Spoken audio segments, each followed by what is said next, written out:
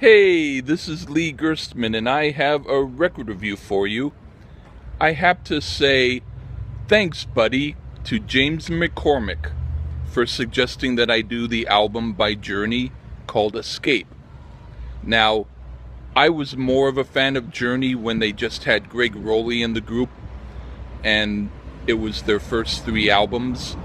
I lost interest when Steve Perry was in the group, but there's a few songs of theirs that I like. But when James asked me to do this album, I thought to myself, there's a couple of songs that Journey does that are like, I am just hoping that these songs are not going to be on that album. They were. I listened to them, but it was like, oh no. The only thing that I could hope for was that some of the songs wouldn't be as bad. But anyway, let's just get into the review. The first song, Don't Stop Believing, that's one of the songs that I just never really liked. I mean, it kind of has a little bit of a rockin' beat to it, and it's not quite as bad as the other song that I really don't like at all. But I really do not care for it. I remember I was at this club hosted by a friend of mine, and they had Journey's Don't Stop Believing all of a sudden playing. They usually did rap or electronic kind of music, but they had this song on and everybody was singing to it. And these are guys who were a lot younger than me, and I was like in horror.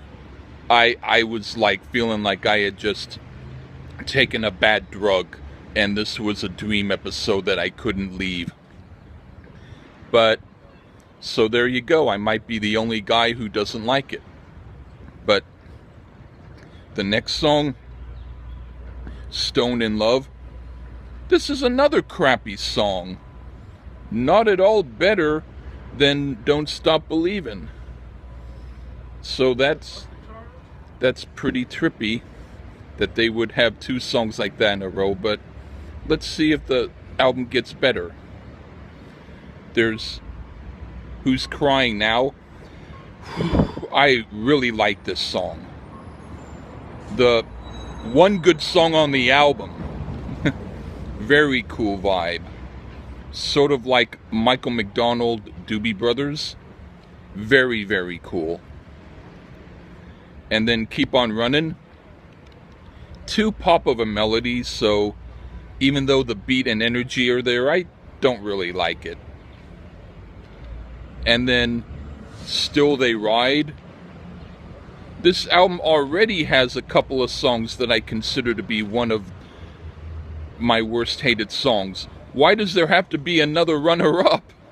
This is not quite as bad as the song that I absolutely hate, which is coming up, but that's all I've got to say for it.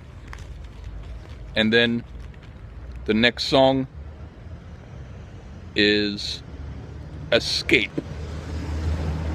It's just a bit too commercial in parts, but I do like the structure and most of the melody of this song. And Steve Smith, the drummer, cooks on this. I'm not a fan of Jonathan Cain's keyboards, but without him, I would say this song had potential. And then Lay It Down. It's not great, but I do like the vibe. Their passion is evident, and it could have been a little bit heavier, but I can dig with it. And then Dead or Alive. This sounds like a mediocre REO Speedwagon song, which is not a compliment. The honky-tonk keyboards and Steve Perry's Kevin Cronin type vocals don't do it for me. But I do like Neil Schoen's solo. He saves this song from being total crap. And then Mother Father. Not a fan of this one.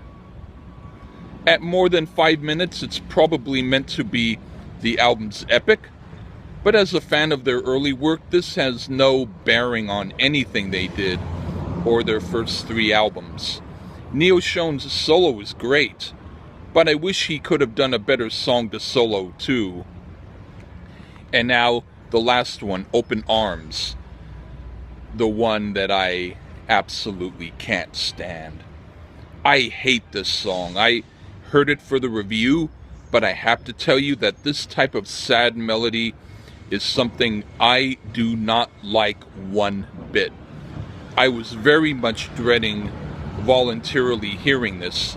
Neil Schoen's guitar playing would be the only factor of this song I stomach. It's just, I've said enough. Anyway, I'm glad that I was able to finish hearing that album, because I'm pretty sure that every other Journey album is going to be a little bit better than this, so it's not going to be as painful. But it's cool. It's from my early growing up years, so hey, thank you, James McCormack, for suggesting this album. I hope that you can dig this honest review. Cheers.